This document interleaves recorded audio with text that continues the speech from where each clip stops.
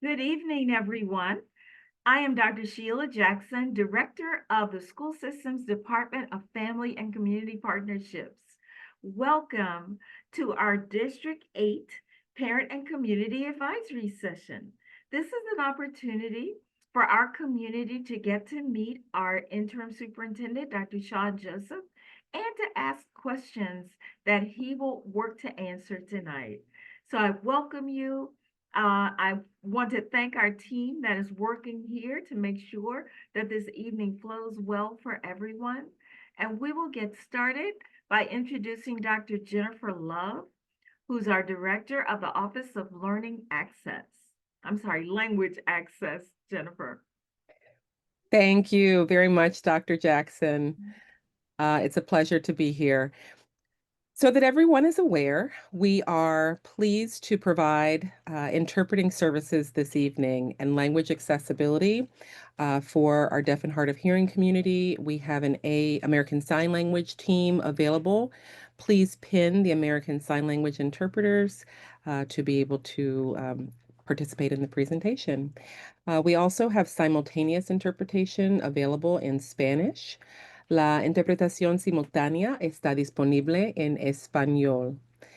The next slide, please.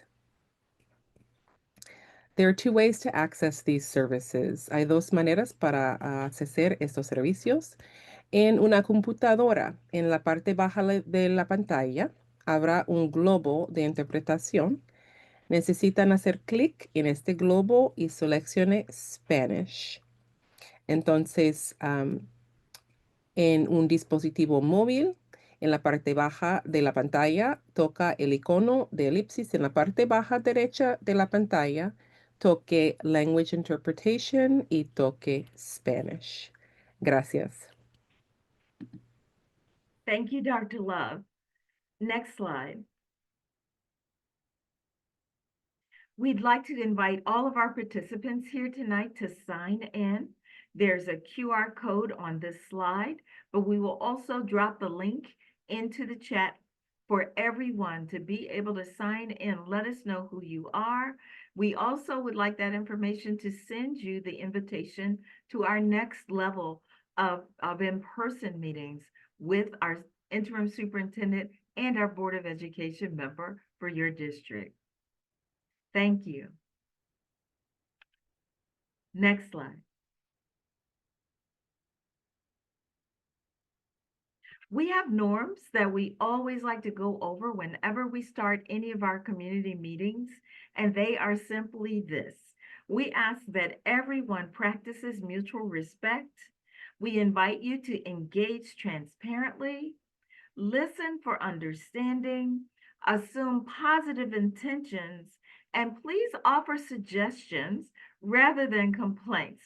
Your suggestions help us in our planning to make sure that we are meeting the needs of all families and all students. Thank you. Additional things to know for tonight, this session will be recorded and the recording will be posted to our YouTube page for Prince George's County Public Schools. So if you know of anyone in your area who misses this opportunity tonight, they can view this recording. There is no chat available as this is a webinar. However, we have the Q&A feature available so that you can submit questions, and those questions will be submitted live to our superintendent for answers tonight. We also have an opportunity for additional questions or comments that you may want to share with us tonight. That link will also be dropped into the chat box so that you have that opportunity to provide additional information. Next slide. If you would like to ask a question tonight, click on the Q&A button at the bottom of your screen. It may be hidden under the button for more. So if you click on more, you will then see the Q&A opportunity. So if you want to ask a question, please click on the Q&A, type your question. It's optional. You can send anonymously or you can share your question with your name attached. Then go ahead and click send, and your question will be sent into our portal. So thank you. Tonight's agenda is very short and sweet. We are so excited because the purpose of tonight's session is to hear from our community as well as respond to some of the questions that you have for our interim superintendent. So from 6 to 6:15 is our general housekeeping, which is almost done. Then you will hear from our interim superintendent, Dr. Sean Joseph. You have a Q&A opportunity. We'll have a video that shows next steps for engagement. And then we'll have our meeting closing and evaluation. So again, remember to sign in, and then we will be dropping in a link for the end of meeting evaluation as well. Thank you. Next slide. It gives me great pleasure to introduce our interim superintendent, Dr. Sean Joseph, who is now coming forward to greet all of you. We also will be recognizing our Board of Education member who will be available as well. Thank you, Dr. Joseph. And it's great to be in District 8, the mighty District 8. Thank you all for all that you do. Do we have Ms. McCantis with us by chance? Yes, she's here. Oh, well, hello, hello, hello. Good to see you. I can tell you one of the reasons I was so excited to come back to Prince George's County is because of our committed school board. They have come in, and I know Ms. Gaines McCantis just joined us in January, and she rolled up her sleeves and has been fighting on behalf of District 8, ever since. So thank you for all that you do, and please, I give you the opportunity to welcome your constituents. Good evening, everyone. Thank you all so much for coming out and hearing everything our wonderful interim superintendent has to share. As they've already said, please feel free to drop your questions in the chat. Dr. Joseph is incredibly great and open at answering questions, so please do not hesitate. Yeah, so that if I know anything about District 8, I know they will not hesitate. But it's okay. It's okay. But District 8, I mean, look, I'll tell you a little bit about myself, and then I'll tell you what I know about District 8, and then welcome to answer any questions. But man, I've been in education. I can't believe it's been 30 years now, but it has been. And I got into education as a student at Lincoln University. Yeah, I was a biology major, and I got hired an Upward Bound program to tutor calculus one summer. But they hired a bunch of math folks and said, "Would anybody focus on English?" I thought it'd be the easiest money I'd ever make, and said, "Let me jump in and do it." Long story short, I met a student from South Philadelphia High School who struggled reading. And, at first I thought he was joking with me when he just didn't want to read this book, Native Son, that we were reading that summer. But come to find out, he struggled reading. And I just didn't understand how do we put people on the moon in this country and not teach children how to read, especially, a child of color in this country where we know education has been transformative for us. And so I ended up switching my major, and I got my first job in Montgomery County, Maryland, at Roberto Clemente Middle School up in Germantown. And I was an English teacher there. And then I became the reading specialist at the same school. I went off to Kingsview Middle School in Germantown and became a team leader. Then Benjamin Banneker Middle School as the dean of students, and Redland Middle School in Rockville. I was an assistant principal there for 3 years. And then I had the great blessing to go back to the same school. I became an English teacher and reading specialist at Roberto Clemente. And I was the principal there for 4 years. In 2009, I was the Maryland State Principal of the Year for middle schools, which was, a great honor.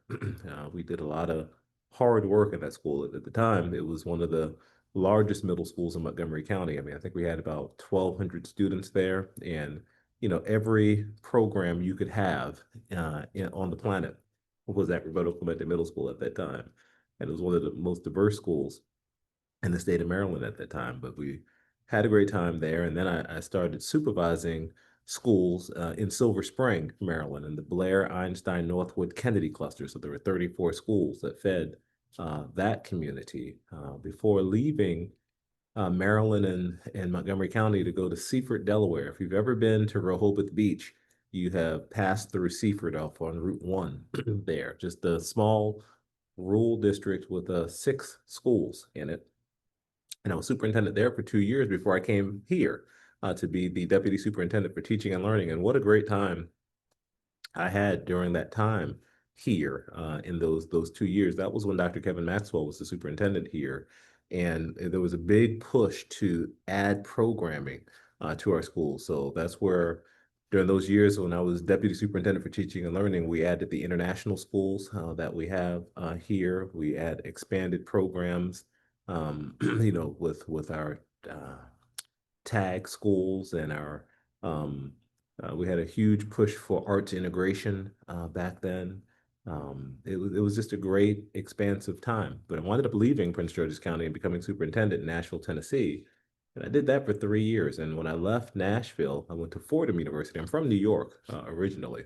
And I went to Fordham University and taught in their doctoral program. And I had the great opportunity to go to Howard University a year later and stayed at Howard for the past 5 years. At Howard, I had the opportunity to, again, just teach in the doctoral program, an urban education program, urban education course, a politics of education class, and an instructional technology course. But, over the course of these 30 years, I never forgot about, the Garys of the world, the students who really need a public education to live out their wildest dreams. And so, coming back to Prince George's County has been an honor. And when I think of the greatness that exists within District 8, I mean, you have one of the most dynamic educational landscapes in our county, I think, in terms of your district. I mean, your students have the opportunity to explore, language immersion programs. You have Montessori programs, science and technology programs, career technical education programs, and more right within your community. So it's a gem of a place to be and to have an opportunity to learn.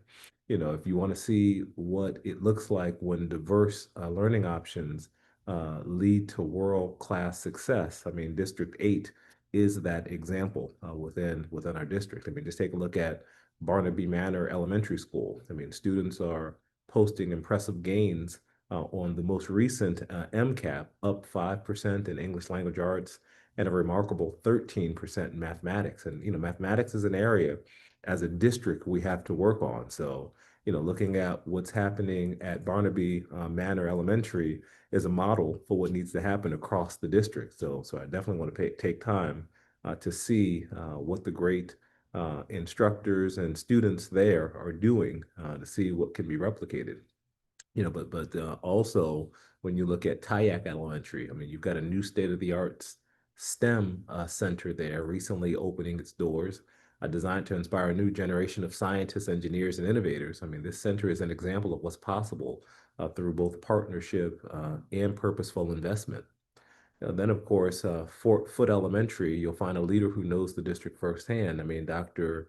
Ryan Daniels, who's there, who's a proud Prince George's County Public Schools graduate, was named the National Distinguished Principal by the Maryland Association of Elementary Principals. So congratulations to Dr. Ryan and your community there. Her leadership is driving success for all students, but particularly as you look at what's happening there with multilingual learners.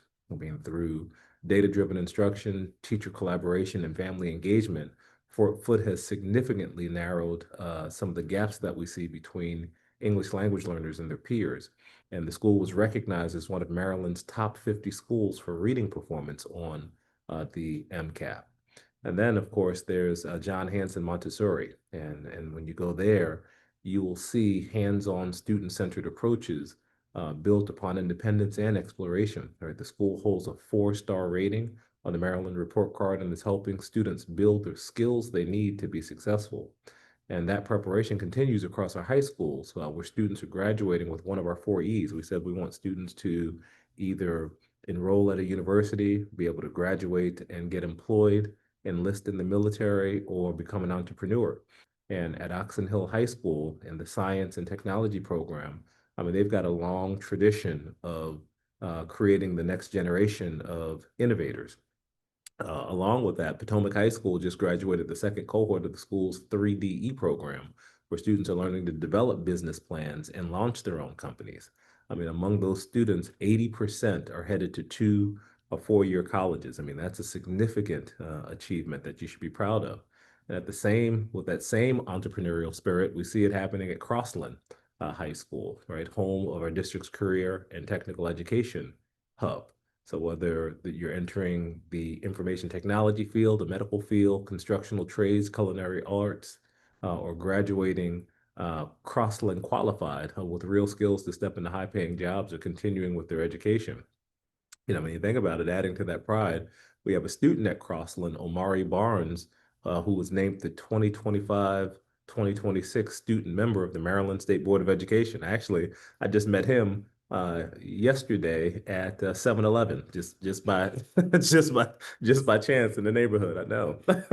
So I promise he and I are going to connect because again, you've got a state board member right in our high school, which just shows the excellence and quality and caliper of student that you see at a Crossland High School. So, Armari is going to be representing over 900,000 students across the state of Maryland in board meetings, public forums, and community engagement activities. And then, of course, at Friendly High School, you've got the Navy JROTC cadets earning first and third place nationally on their academic exam. Friendly is one of 19 schools across the district offering JROTC, led by retired and non-commissioned officers who bring real-world experiences to the classroom. And District 8 is also home to our online campus serving 7 through 12, which offers students more options and is important as we look at leveraging technology for the future of learning. See, this is why I had y'all later and I've met with everybody else because I had to spend 20 minutes just talking about all the accolades with you all. And I didn't want everybody to get jealous up front if I started with you all. So, but don't tell anybody. But as we look at the construction in the district, I know there are a lot of questions about construction here in Prince George's County, and you know, it's a fact. We have some of the oldest buildings in the state of Maryland. I mean, most of our buildings are 50 years old or older, and we have about an $8 billion maintenance backlog, which has been a challenge for us as a district as it relates to keeping up with buildings. To move fast, the district launched a multi-track strategy to blend our traditional capital improvement with Blueprint Schools program, which is a public-private partnership. We call it P3 here.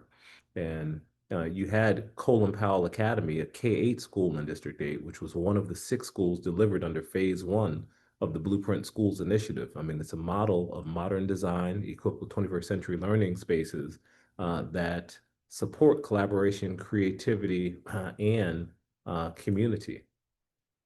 So we hope that we can figure out ways to better update our buildings and so forth. But right now, I mean, one of the things I'm focused on is even with an old building, it should be clean, it should be well maintained, and it should be safe. And that's something we are working to ensure happens in all of our buildings. But I've talked a little bit. I'm going to stop right now, and I'm going to let Dr. Jackson shoot us some questions here. I do, Dr. Joseph. I was wondering if our board member is able to speak at this point. Yes, she spoke, but she can come on again and chime in. Yes. And I apologize for that, sir. I just wanted to make sure. Okay. Well, I will begin asking the questions, and then, of course, she's here to support us as well. Okay. The first question is from parent Teresa Smith. She says, as a parent of a child enrolled in one of the specialty programs within the district, I'm concerned about how inclusive these programs are for students with special needs. What specific steps is the district taking to ensure that such programs are accessible, supportive, and equitable for students with disabilities? And what measures are in place to address the trend of students in this population that appear to withdraw from these programs by third grade.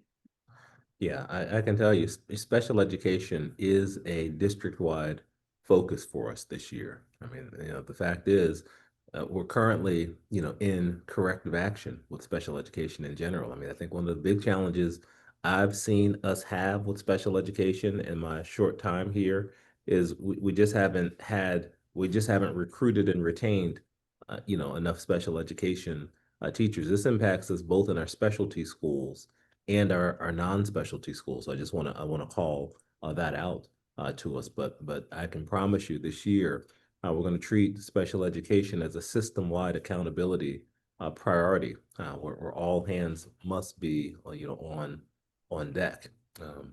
So one of the things that I'm going to be monitoring for is making sure that we have the appropriate staffing in our schools, both teachers and our paraeducator staff. That's essential, both in our specialty schools and in our non-specialty schools. What I would say is that if your child is in one of our specialty schools and is having challenges, I mean, the first line of defense is speaking with your principal and communicating what the needs are.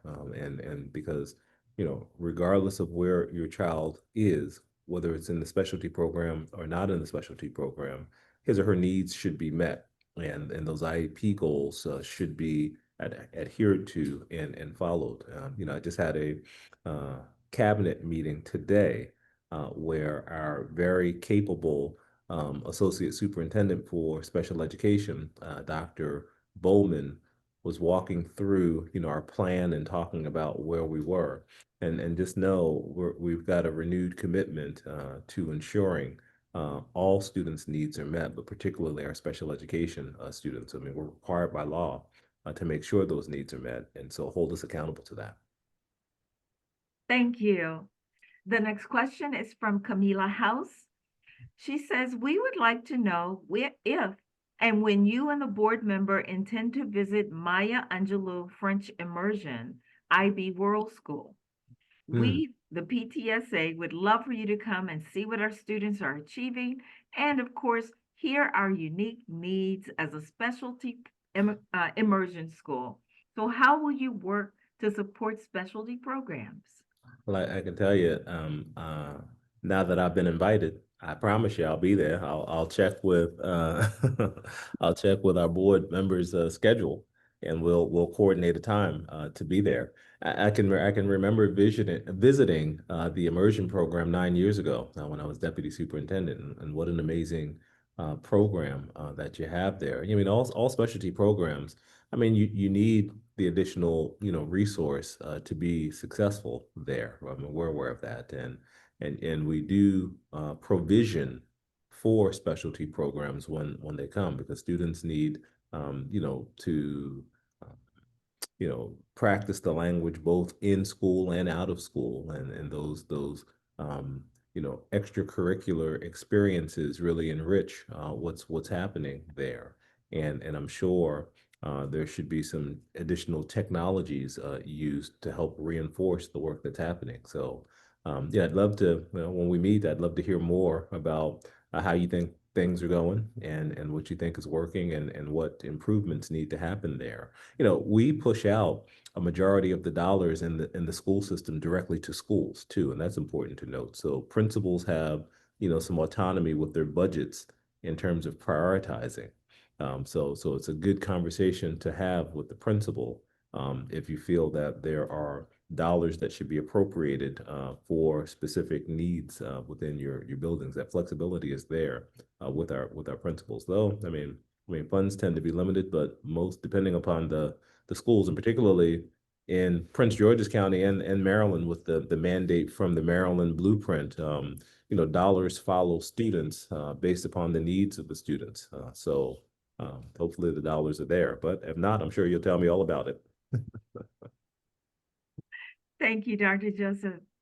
An anonymous attendee asks, how do you plan to address the learning gap in English and math? Yeah, it's big. So step one, what I've been doing in the 100-day plan is I've got our accountability team answering the question, are students who are attending school most of the time making adequate growth? So I'm trying to get baseline data just to see where kids are growing appropriately and where they're not.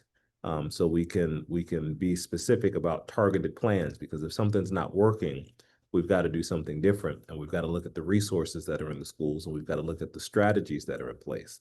So I'm gathering that data as we speak, school by school, in reading and math to determine that. Number two, one of the things that I noticed since I've been here is that we weren't consistently sending out to parents letters letting them know where their children were in reading and mathematics. So, I would expect that as a parent, I want the school system to give me a letter to say, Sean is reading at this level, and this level is better than 80% of students nationally, right? Like I know, or the opposite. Sean is reading worse than 80% of students in the nation, right? We've got to let parents know up front where their children are in reading and math, and we'll make sure we do that this year. Because once we know where a child is, we should expect that we have a plan to help that child grow.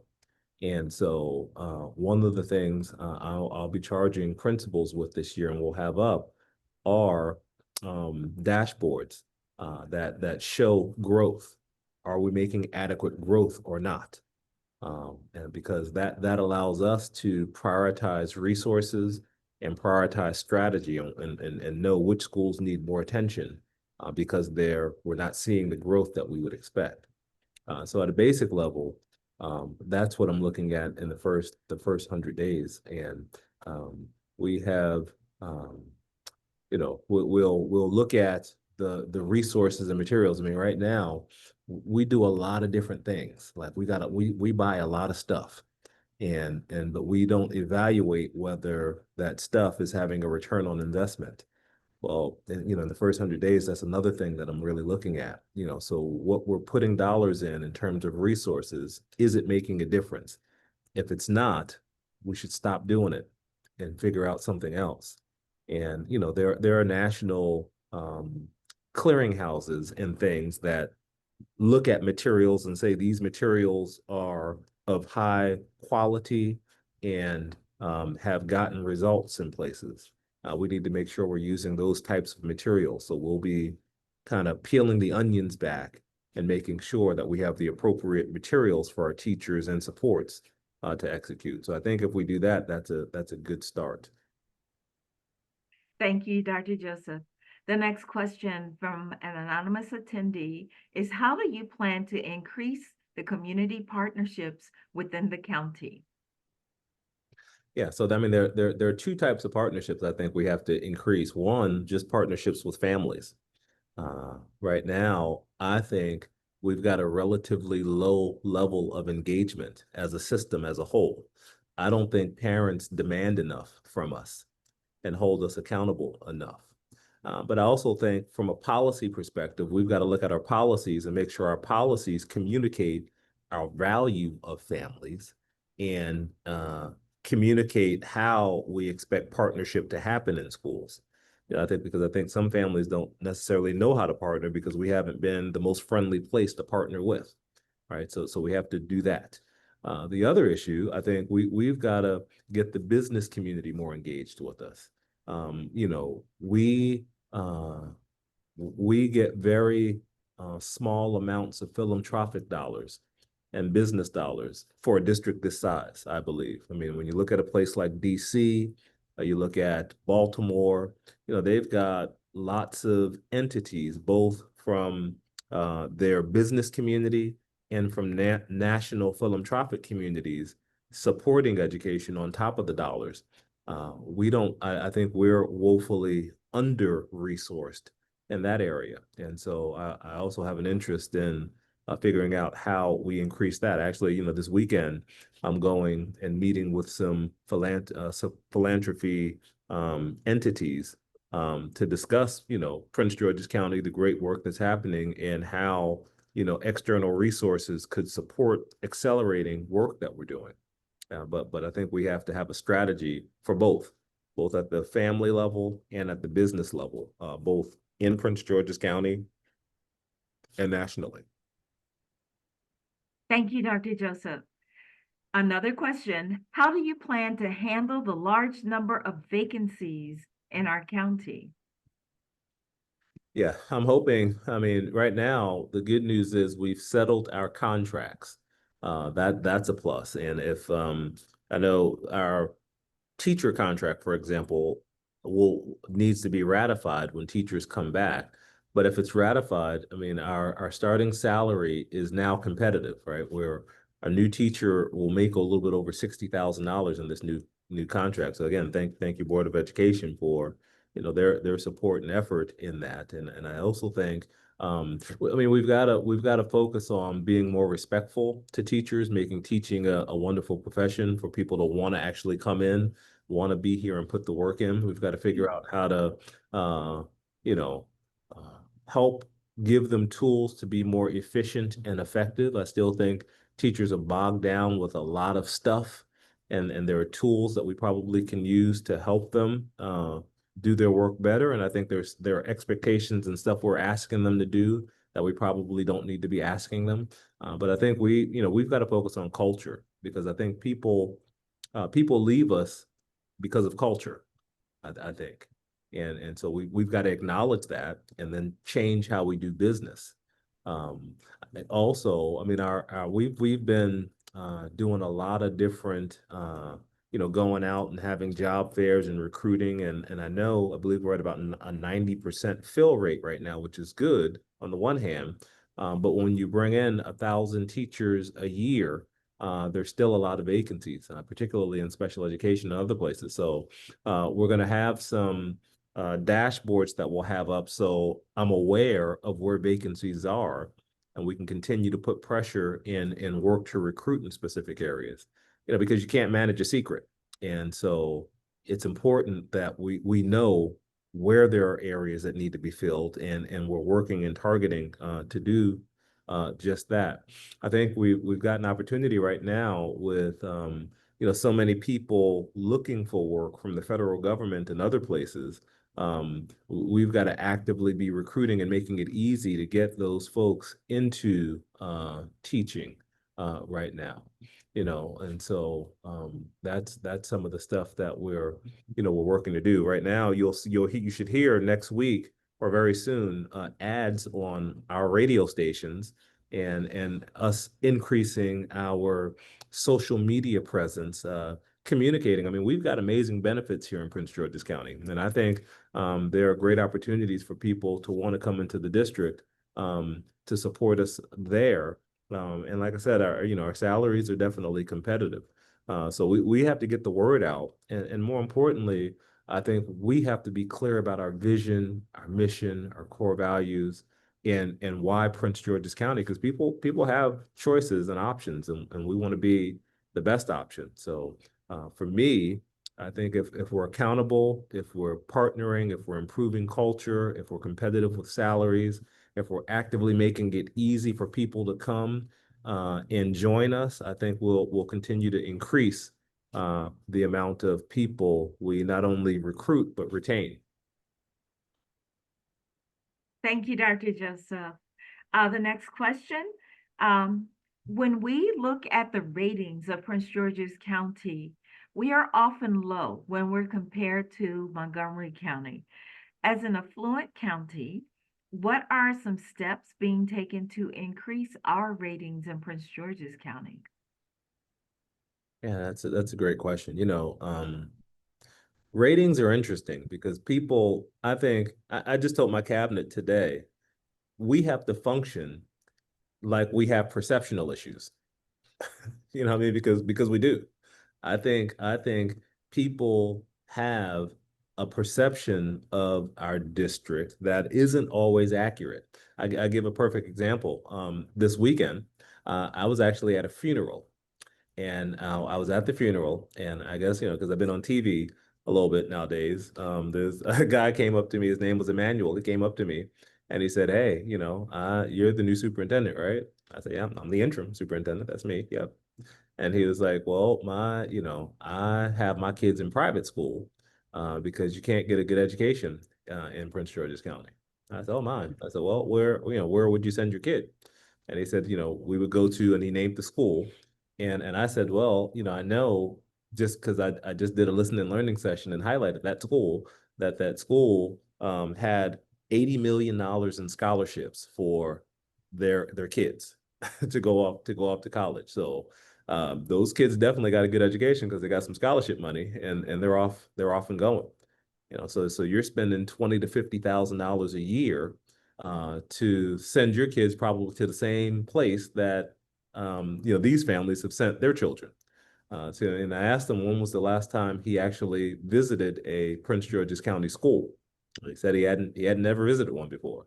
He had just heard that you couldn't get a good education. And so that said to me, and I said, well, I mean, you can waste your money, but if I were you, I would definitely be looking into my local school and seeing, because if you can pay $50,000 a year, because he said he had two children and he was spending $52,000 a year to send them both to a school.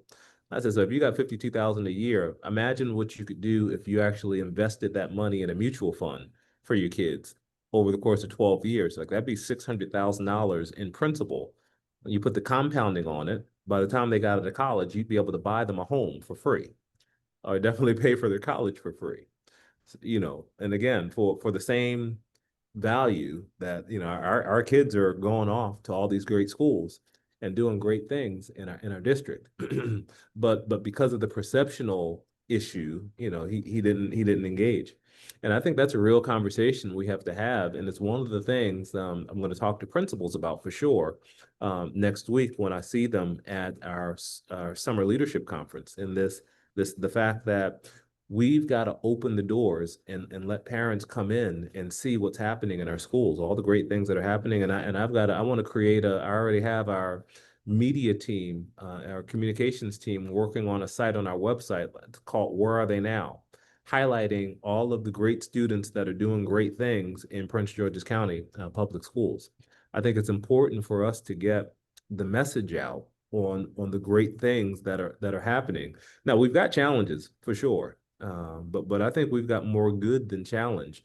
But the challenge has taken over the narrative, and I think we've got to figure out how to reclaim it and be honest. But I want to open schools up and possibly have opportunities for people to just do tours and visit our schools to make an informed judgment. I'll be the first to tell you, I am open to school choice. I think parents should have choices and should use their what they know about schools and what they know about their children to make the right choice for schools. And I think we've just got to make our public schools a great choice. And we've got to let people get in and see and make judgment. But opening the schools up and being more transparent and visible about the work is important for us at this moment. Like I said, I spent 16 years in Montgomery County public schools. I mean, so I could tell you, I mean, and I wouldn't just say this. I said this last night that we have some of the most hardworking, brilliant teachers, I've ever seen. I mean, we really do have them here, and we've got amazing students. The difference I saw between, Montgomery County, for example, and Prince George's is, I mean, they had a lot more money. Like they had $1 billion more in their budget, which meant that they had schools that were being fixed much faster and built much faster. They had more dollars to invest in professional development. And those things do matter. I mean, to say money doesn't matter would not be accurate. When I shared earlier, we've got an $8 billion backlog in fixing our buildings. I don't think theirs is $8 billion in terms of need. So, what we must do then is show off our excellence. Like our good has to get out there because it's not. And I'm working, and luckily, I think we've got one of the best communications teams in the country. And I think, having them continue to help tell the stories of what's happening accurately in Prince George's County is going to be really important. Thank you, Dr. Joseph. I was just sending a message to my IT team. For some reason, my Q&A box has frozen. I'm going to invite you, if it's possible, we could go ahead and start your overview, and then we can come back to some questions. Okay, no, that sounds good. All right. So, in terms of what I've been doing in the first 100 days, I mean, first and foremost, my first says I need to work with the Board of Education. Like we have to lock in on what do we want to do first, second, and third. What's our vision, mission, core values? How do we work together? And what do we want to accomplish together? That's really important because we have to communicate that. We have to identify key performance indicators where we're going to hold ourselves accountable to and make sure the system's moving forward. Now, as we look at priority area 2 for me, that deals with talent. We've got to focus on getting the best and brightest teachers and paraeducators and building services workers and bus drivers. We've got 20,000 employees in Prince George's County Public Schools, and we've got to make sure, one, we actually hire people in all of those positions, but we're able to grow them and keep them here. So in the first 100 days, I've been, when I got here, we had to settle some union agreements. We've done that now. And now we've got to work together as a team to really move us forward. And we also need to make sure we have strategy for recruiting, and that we're like one of the questions that came to me, like we've got to have a clear strategy, because when you're hiring 1,000 people a year, 1,000 teachers a year, and you've got 20,000 employees, you can on any given Sunday lose lots of people. And the fact is, Prince George's has had a history of training people up, giving them great training, and then they go off to other places in surrounding counties, and they become the superstars other places instead of staying here. We've got to have a strategy to not only bring people in, but keep them here. And so in the first 100 days, I'm thinking about how we go about doing that and reviewing our plans, as so we know how to move forward if our plans aren't very strong. As we move into priority area 3, that's about academics, right? And it's like I focused on right now, I'm just trying to understand, where are we? How did we get here? And, are the plans that we have strong? If they're not, what do we need to do? Based upon what I saw in the first 30 days, because it's funny, I started on June 27th. So I just finished my 30-day yesterday or 2 days ago. And one of the things, I saw in the first 30 days was we really didn't have strong plans for our neediest schools, our comprehensive support schools. We call them CSI. Those were the 24 schools that are in the lowest 10% of all schools in the state of Maryland. So I created a new position, and I'm working on a support structure right now to ensure that our neediest schools get high support and high accountability, because that's what you need to move a school that's in that situation. But we also have a number of schools that are, right on the list to just, they're slightly above CSI schools, but they still have great needs. And we're putting a plan together to really focus them. I'm also looking at, like I shared earlier, what's the return on investment on the dollars that we're spending in our schools? And so I have our research teams working really hard, and we've got a great research team as well, to look at, are students making growth? And if they're not making growth, looking at the programs that we have in place, and are they working or not? And if not, what do we do differently? So that's the work that I've been doing. And then also, I know there's been a lot of talk about our grading and reporting policy, and we've got teams and committees that are going to be looking at those policies to make sure grades mean something. I mean, I'm one who, I know graduation rate is something that the state looks at and we have to work and improve, but I would just want to make sure, when a kid graduates, it actually means something, because sometimes, if we're just passing kids on who did not demonstrate they know anything, I mean, we're doing them a disservice, and we're inflating numbers. So, we're going to look at a grading and reporting policy to make sure that grading actually means something. As we go to priority area 4, that area focuses on the blueprint. So Maryland is fortunate because our state legislature has contributed $3 billion additional dollars to public education.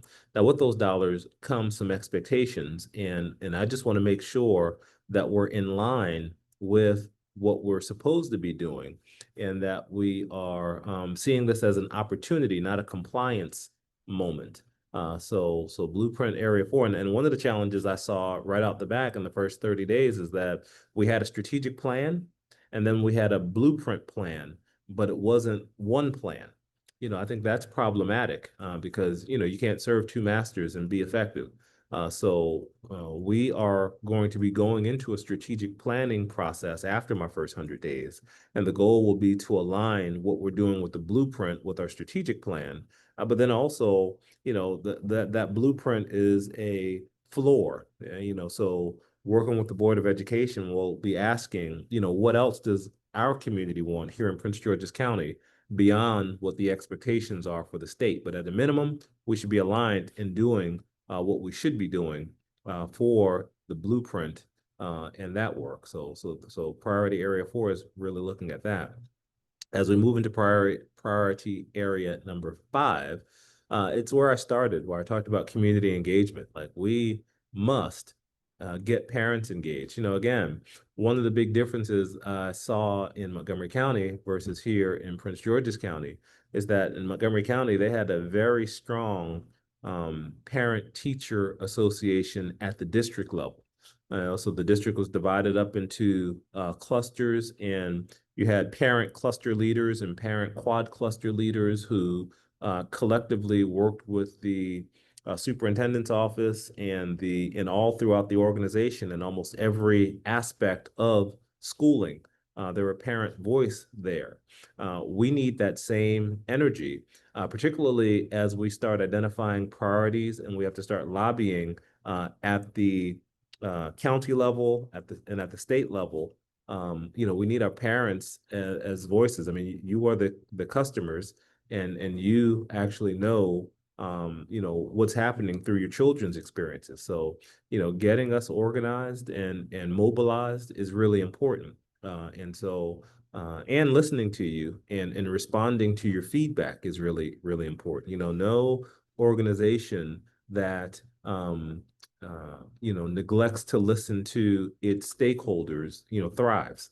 And so, I want to take our first 100 days to really, build relations with our community, community by community, and work to ensure and solidify your voice at the table of decision making to help us be better and to hold us accountable. And then as we look at area 6, it's about operations. Like I said, over half of our buildings are 50 years old. And old buildings mean you don't have air conditioning, you could have electrical problems, you can have HVAC, plumbing. Like, we got to be on top of all of that. And we have to make sure that our buildings are well maintained and functional. And so I've been working to just look at those details across the system and those type of issues, and working to make sure we're responsive to those issues as issues arise. And so just working to, again, be operationally effective. I mean, buses have been a challenge for us historically, and we're going to have challenges this year as we do not have 137 bus drivers right now. The good news is we have over 1,000 bus drivers, but we have one of the largest fleets, in the United States. We're in the top 20 for largest bus fleets in the United States. So, for us, the whole issue of scale is important. But we're working to recruit, retain, train, and when we're down, we need to communicate effectively to you as stakeholders. So I've been working to just get a handle on where we are and how we're going to communicate as challenges arise. I mean, so here you go. My 100-day plan, it wasn't meant to be, all inclusive and comprehensive. It was just the way to get me focused, started, and clear about what I'm working towards as we're moving. But I know, we have issues with safety, for example, and technology and things of that nature. All of those things will show up when the board and I begin talking about our strategic plan, which will be more comprehensive. But this gives me a chance to just kind of get out of the gate running. And so run we have, as we've done in these first 30 days. Okay, but I'll go back to Dr. Jackson. Are we good with the questions? Thank you, Dr. Joseph. Yes, we are. Okay. So we are back to the question portal. Victoria asked us about tutoring programs. She said tutoring programs through the county are currently mostly virtual, which is great for older students, but not ideal for pre-K through second grade. Is the county considering or willing to consider partnering with Huntington Learning Center or another entity to provide in-person tutoring opportunities, especially for the new Science of Reading curriculum? Yeah, I mean, I definitely believe that high dosage tutoring has an impact. I don't know what Prince George's County has been doing recently in that area, but it's something I can find out, and I'm definitely open to. Yesterday, I was on a call with the state superintendent, Dr. Carrie Wright, and she's going to be granting us some literacy coaches. So we'll have a literacy coach in every school that'll do job embedded training and support. So that's a great plus that'll be coming to Prince George's County. But I'm definitely open to tutoring. I know the district has done tutoring before. And I think we'll have to look at the effectiveness of it and look at our strategy. But it's definitely a good thing to have access to tutors. Thank you. We have several questions about staffing, that some schools are understaffed and especially schools that might be struggling. What proactive strategies and actions are you taking immediately to ensure that every student has a teacher in front of them on the first day of school?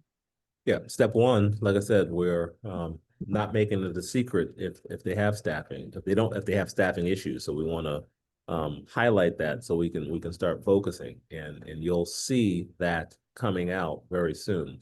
Step two, we're talking about how we utilize our virtual infrastructure here. I mean, ideally, if we don't have a certified teacher ready on day one, my next question would be, do we have a certified virtual teacher with a substitute to go in where they can work together, so at least the students will get the content that they need and support. I think it's not an ideal, but it's better than not having someone who knows calculus in the class if that's the case. So we're looking at that and working hard to do that. Again, our staffing has been an issue, and it's something we are actively working towards. Again, we're at about 90% now staffed, but that still leaves, over, 100 some odd teacher vacancies out there. So, but we're actively working, and, I'm optimistic that we'll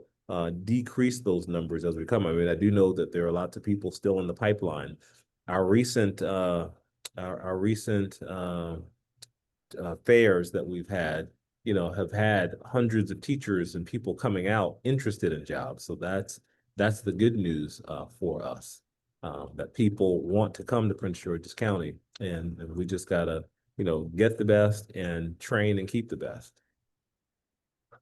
Thank you.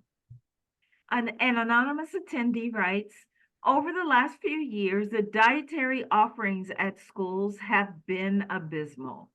As a parent, I have concerns when my children are being told the cafeteria has run out of adequate provisions and all they can have is a tray of peas, for example. Have you heard anything about these deficits, and what intentional steps have you considered taking to address these pain points? I've met with our new student board member, Ariola, for about 3 or 4 times. And one of the things we've talked about is food in the cafeteria. And we've talked about having students work with our nutrition department for some tastings. And you know, I have not heard about the shortage of provisions, so I can look into that. Look, if we right now, Prince George's County, we do our own food services, and you know, maybe that's not the best thing. I don't know. I mean, it's worth a conversation. I mean, there are companies that can do it well and better, but and you know, I think that's something that I'd be open to explore, and I'd speak with the board about exploring. We want, you know, one of the things I'm definitely concerned with is just childhood obesity, and do children have access to, you know, high quality fresh foods? You know, do all schools have you know, access to fruits and vegetables and salad bars, things of that nature? And what, you know, I mean, even though we have restrictions on, you know, what we can include in our menus, I mean, I think there's a lot of variety and opportunity to get creative. And, you know, I don't know if in Prince George's County, if we have actual chefs assigned to our schools, helping to create the meals and menus and things of that nature. I mean, these are all things that I will delve into, and I know the students will quickly let me know what they think, which is important, and we'll make adjustments. But it's been at the top of mind, uh, based upon my conversations with my student board members. So we'll be following up early in the year and keeping families abreast. You know, maybe we start piloting different things in different places, because again, and see how that works out. I'm definitely open to that. Thank you. Here's a question from Colin Powell Academy.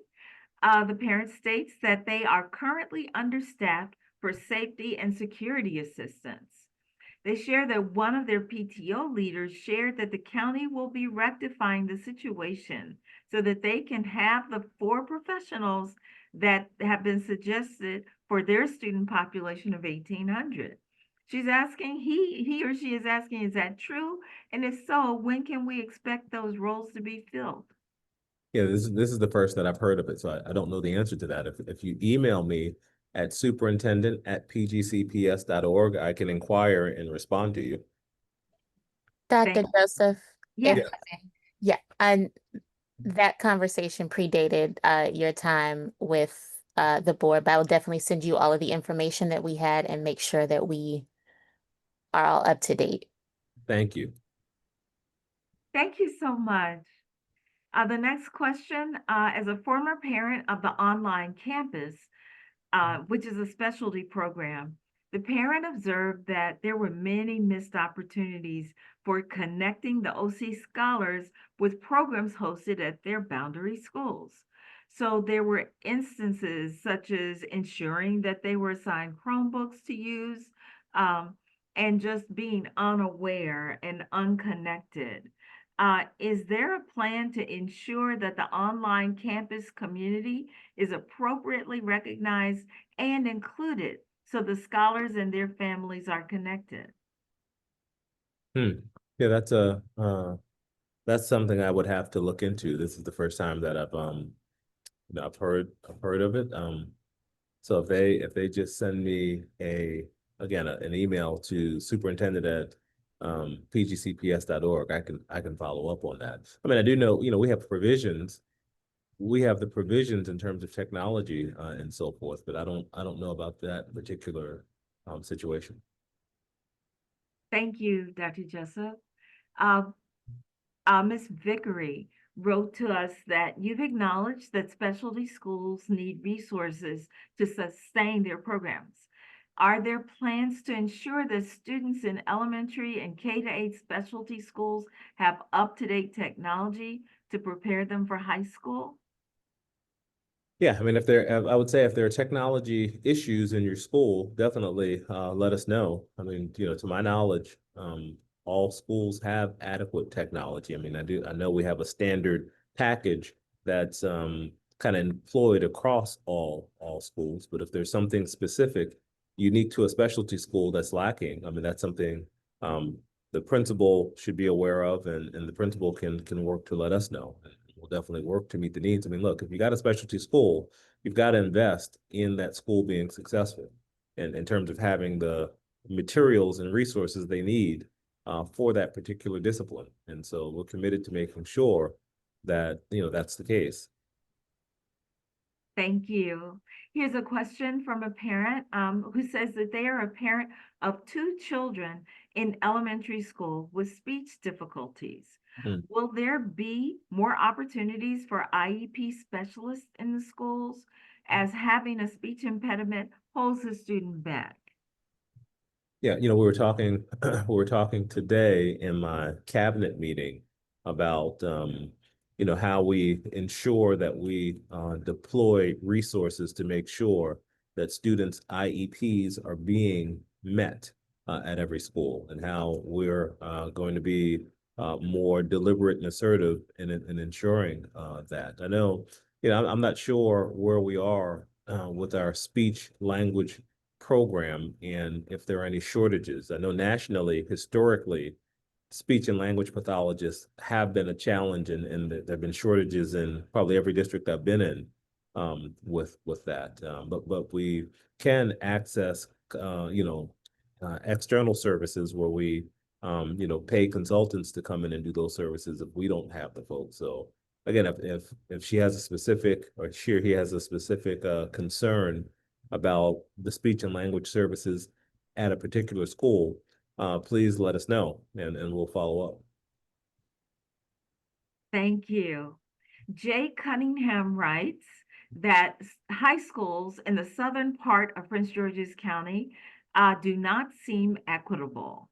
How do you plan to address that? As a lifelong county resident and a graduate of PGCPS, I want to make sure that private schools are not an option for us. So how do we make the schools at the southern end equitable? Yeah, I'd need to know more about what equity means, and what's not in the southern part of the county that is of concern.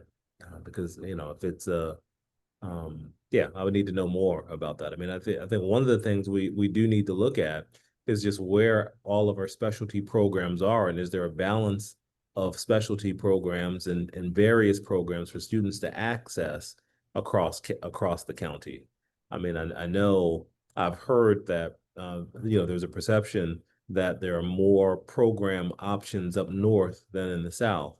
I don't know that to be true or not true yet, because I have not looked at like a heat map of where our programs are and the access. But that's something that we should explore, and we'll look at. But if you have specific examples of inequities, please share it with Ms. Goins McCants or myself via superintendent at pgcps.org, and we can look into them. Thank you. Here's a question about special education. It appears that data review meetings with SPED compliance have not happened this summer as promised. Are you aware of this? And what is your plan to address student regression due to the lack of SPED educators? Mm-hmm. Yeah, I mean, so again, I met with the special education department probably on my first day, and then today we had a meeting where we talked about this. I'm not aware of data meetings not happening. It's problematic if that is the case. I know we're following up, and we're working and putting plans in place to make sure that special education is a priority for our district, and that we're, all hands are on deck, and we're monitoring, we're supporting, and we're working with principals to make sure that IEPs are being implemented appropriately and that follow-up happens appropriately. We are in corrective action right now as a result, I think, of the having so many special education vacancies, which resulted in falling behind on completing IEPs in a timely fashion and implementing plans. But we have that data. We know the areas we need to focus on, and we've been aggressive in correcting those errors. I told the team today at our first board meeting that we'll have in August, we'll make sure that we give the full community a special education update. And we will also have some specific special education district level meetings, but we're going to work with principals for principals to have meetings with their families of students with special needs at their schools to communicate what we're doing to show that not only are we being aggressive and addressing the issues, but we're going to make sure we follow up and follow through with families, because it's just unacceptable for us not to comply with IEPs and get that all the work that needs to get done in a timely fashion. I mean, it's the law, and we have to follow the law, and I'm going to make sure we're accountable for doing that. Thank you, Dr. Joseph. In alignment with that question, Shannon Reed dropped a chart of data into our Q&A box, and she's asking in a similar way, what are we going to be doing about our reading and math data that's stated in that chart? She says, most of the schools in District 8 need to do something different to improve what the data is showing. So what is your plan to support parents in accessing and understanding data so that they can be engaged parents who support the challenge and who support and challenge the system? Yeah, I think it's I kind of answered that earlier in, step one, we're going to make sure parents know where their children are performing in reading and math against children across the nation, right? That's important to know that I read better than or worse than X amount of students, just so I can level set where I am. Step two, I think we have to make sure we have high quality curriculum and we have training to support teachers in implementing high quality curriculum with best practices. I mean, we focus on the science of reading in our state. And, every school will have a literacy coach this year, for example, to be able to ensure that teachers are implementing best practices to help children move forward. I was a reading specialist before, right? I got my degree from Johns Hopkins University, and I can tell you that there are a multitude of reasons why a child falls behind in reading. And so we have to help each school understand their children well enough to know what the particular issue is that's holding them back when that's the case. I can't give there is no kind of silver bullet for me to tell you, I can do this, this, and this and solve that problem. All those challenges are based upon context and local context. So, we just have to make sure we're clear about where our kids are. We have plans to reteach, reassess, and match students with the right intervention based upon the particular reason they're having their challenge. But I agree, we've got tremendous work to do in reading and mathematics across the board. Thank you. Victoria asks us, how will federal funding cuts impact District 8 schools? Are there key decision points that parents should know about or be empowered to voice their feedback? Yeah, right now, this is this is kind of like a day by day situation. I mean, we know that our Title I dollars, those federal dollars, we lost 9%. Now, the board in the last administration budgeted for a 20% loss. So, what happened in that last budget cycle, we're not hurting more or have to change our plans based upon, because we had budgeted for 20, we lost 9. So, we'll be able to add some things that we thought we were going to lose. We haven't heard about all of the challenges yet. I think funds are still being released, and I don't know just yet what the impact is. What I can tell you is, Maryland was expected to lose about $125 million in federal funding for specific title programs. And right now, federal dollars are about 12 to 13% of our budget. So that's significant.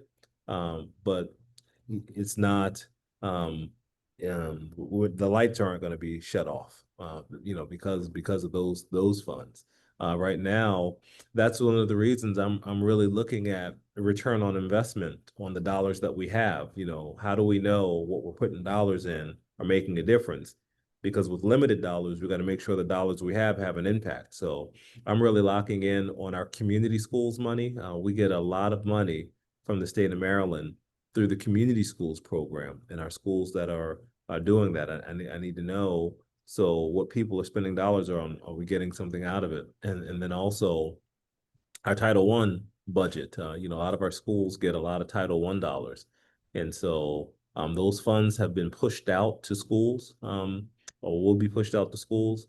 And schools have to have a plan for spending those dollars. So, we'll stay tuned. I mean, I think this is very important though for parents to be aware, because as we start getting the actual numbers and knowing what the impact are, we'll communicate to you what those impacts are, at that time. And we'll definitely need parents advocating both at the local, the state, and the national level. I mean, people have to hear about these impacts, and working with our legislature will be really important for us. Thank you, Dr. Joseph. Alethea Hughes writes that you have mentioned the teacher union's contract. What about our support staff contracts? They are also important and they have vacancies as well. Yeah, very important. And we did come to agreement on, I believe, our SEIU 500 contract recently. So all of our contracts, I think, have been settled at this point, waiting for the you know your constituents to ratify those contracts. But we feel good about where we are with all of our partnerships, and we're actively working. I mean, to recruit in all positions. I mean, like I said, you're going to see next week, you'll start hearing radio ads about our support staff, and particularly our bus drivers and hiring. But we need bus drivers, we need paraeducators, we need secretaries. I mean, we got 20,000 employees in our district. 11,000 of them are teachers. The other 9,000 are non-teaching staff. So we are working to recruit and retain in all of those areas. And again, as we talk about, as I kick the year off, I'll be talking about just staff wellness and health, and how can we take care of one another? How can you take care of yourself to be both mentally and physically ready? Because if we know if our staff isn't well, it's impossible to take care of our children. So I'm very concerned across all employees about wellness issues, and we'll be pushing out intentional wellness activities for all staff. Thank you. Under your leadership, Dr. Joseph, will there be any hands-on opportunities for parents to engage, advocate, and assist in the process of reevaluating and assessing the county current procedures and, oh, it says procedures and procedures. I think they mean policies and procedures. Yes. I've charged Dr. Jackson to come up with a family engagement plan specifically to engage families district by district. I mean, I see the uniqueness of each of our districts. And so I think the work has to be energized at a district level, district by district. And we do have a number of policies that I think we need to get parents engaged in and get your feedback on. And I think that there's a need for advocacy from parents. And so we have to support you in being able to support us in mobilizing and going out and advocating and telling, the Prince George's County story, and helping us, strengthen our work. And so, I think it's we haven't put enough intentional effort and support and resource into expanding engagement opportunities.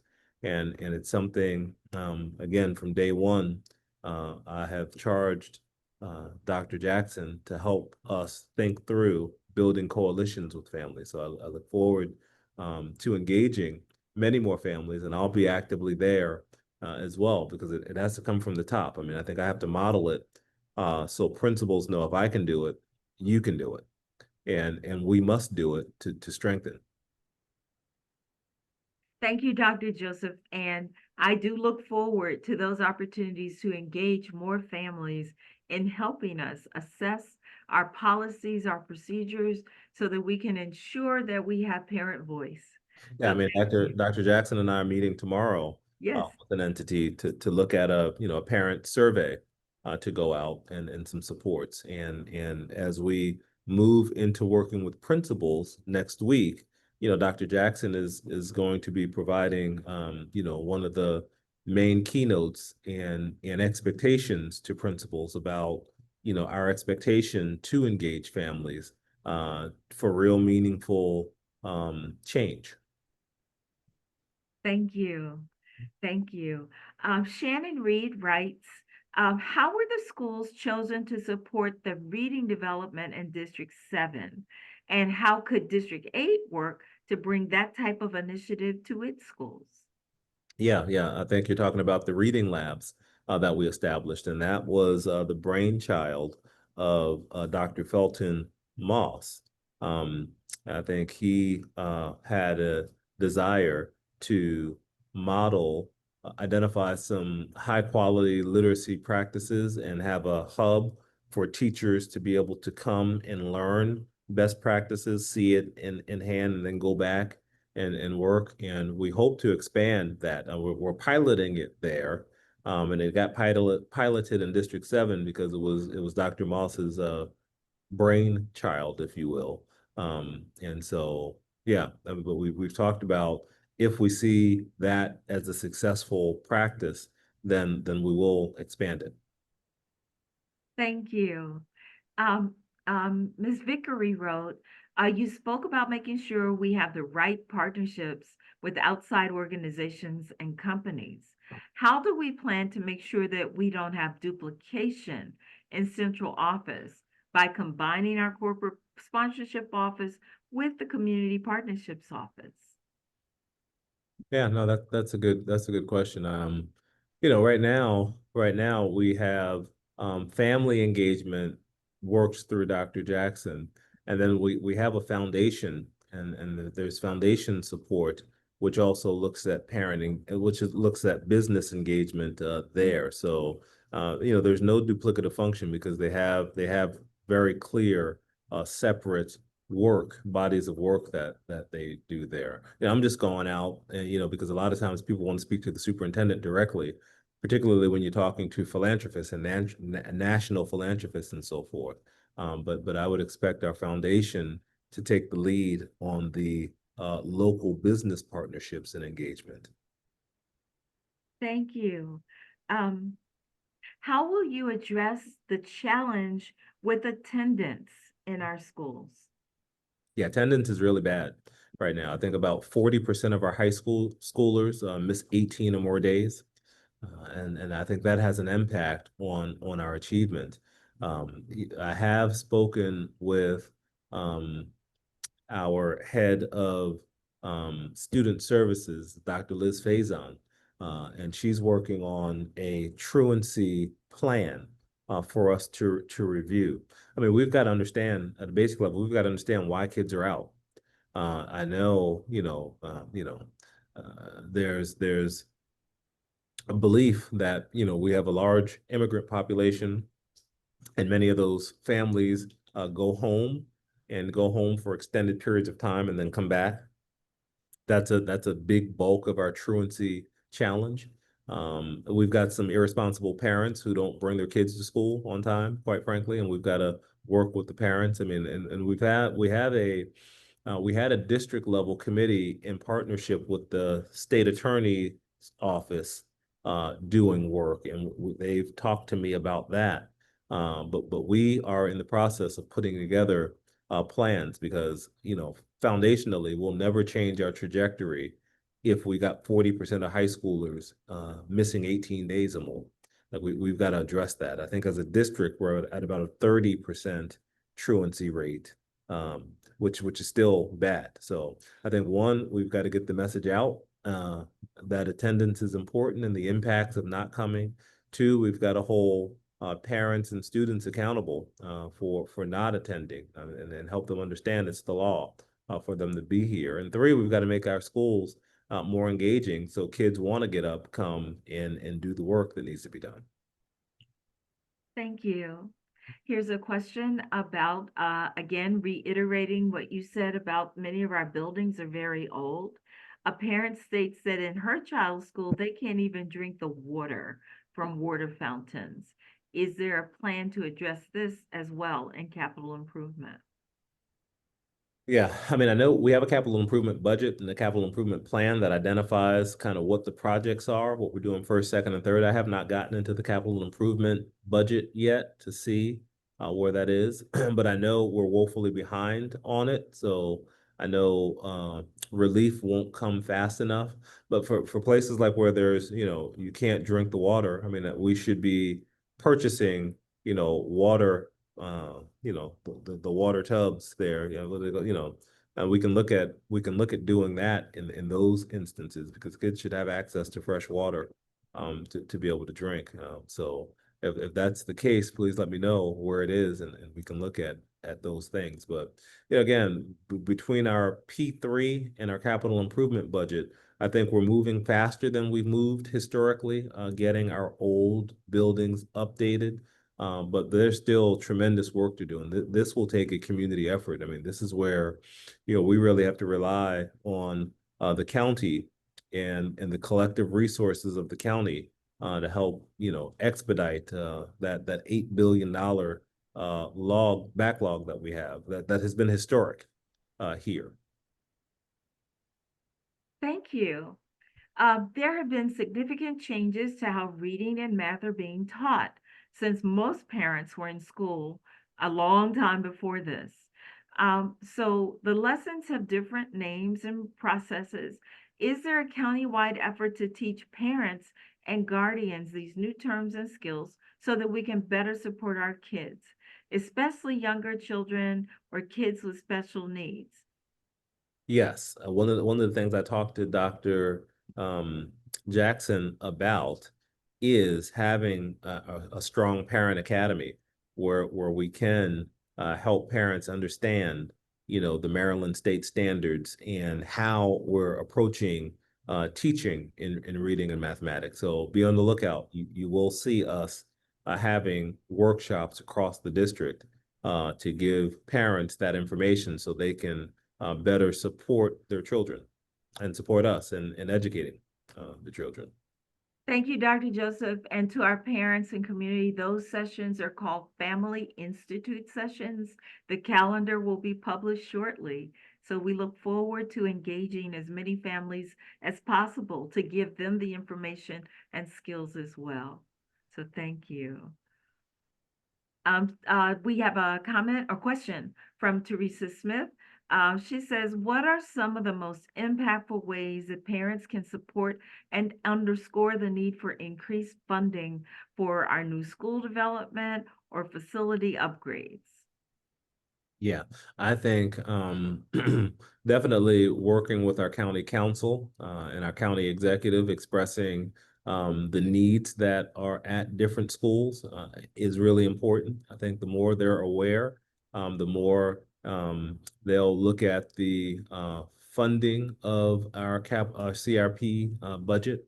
I think that's really important. And I think and this is where I think we, again, having a district level PTA that identifies the needs in schools. And, when I was in Montgomery County, I could remember in the CIP process how the PTAs would have a list for each school in their area with all the needs that were there and go at work with the school system to advocate at the county council level, the county executive level to make sure that funding was there, and also to advocate for the state. Because remember, when it comes to buildings, the school system and the county have dollars that they put in but the state also has to have dollars available. So it's really important to also not only advocate at the local level, but to advocate at the state level as it relates to that funding. So having parents who are able to not only engage with the state representatives, state senators, but also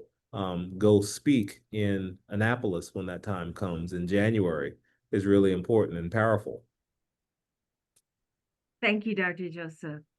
An anonymous attendee wrote that they hosted an exchange student that was mandated to attend one of our high schools, which is their zoned high school. The student experience and culture was so bad that she left my home after researching that school on social media. So she's been discouraged to participate in the program again because her only choice was her zoned high school.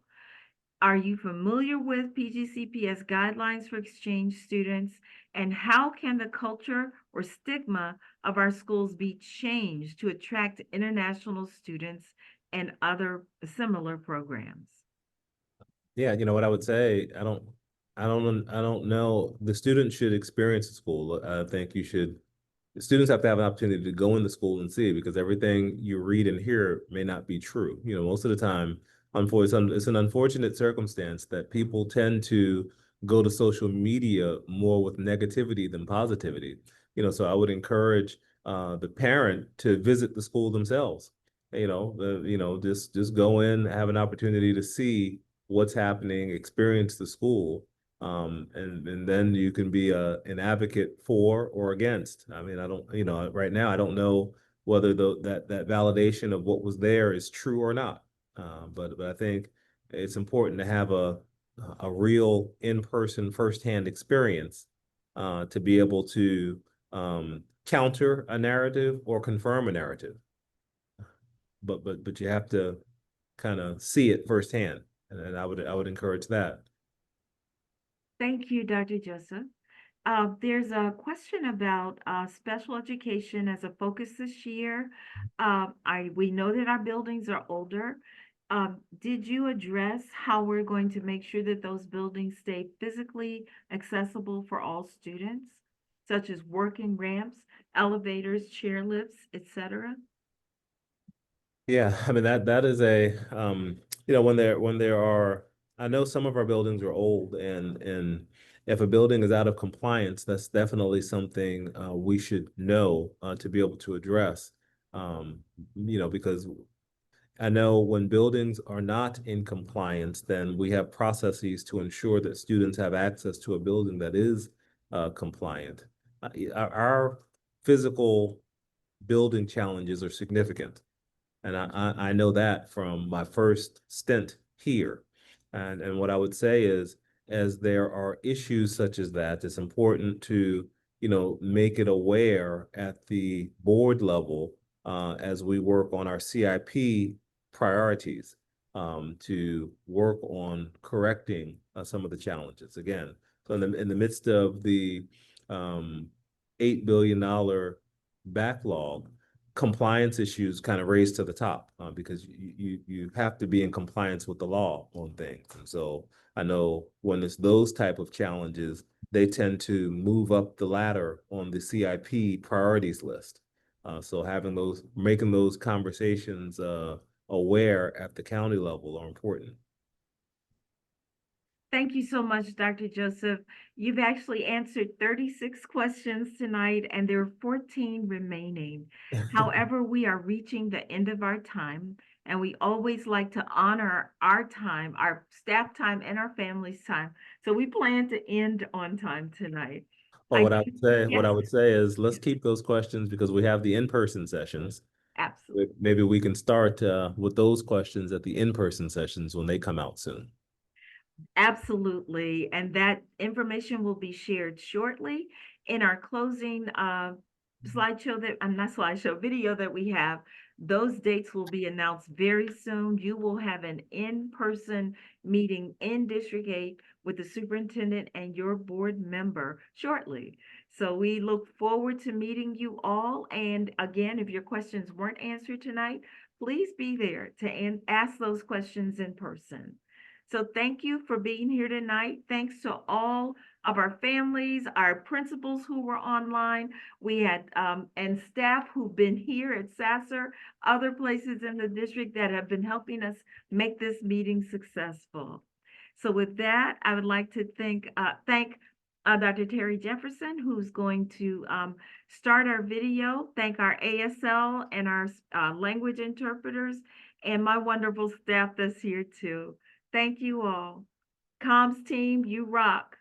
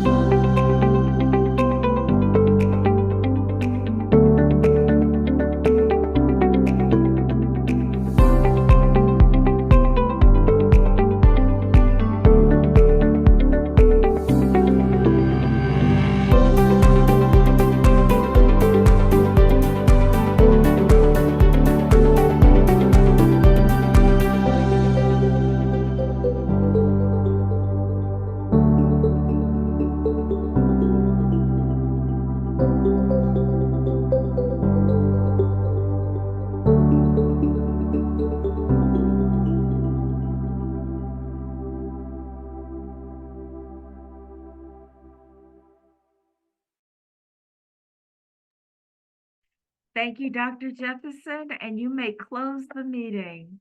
Everyone have a great evening. Thank you. I have never went in my bed more.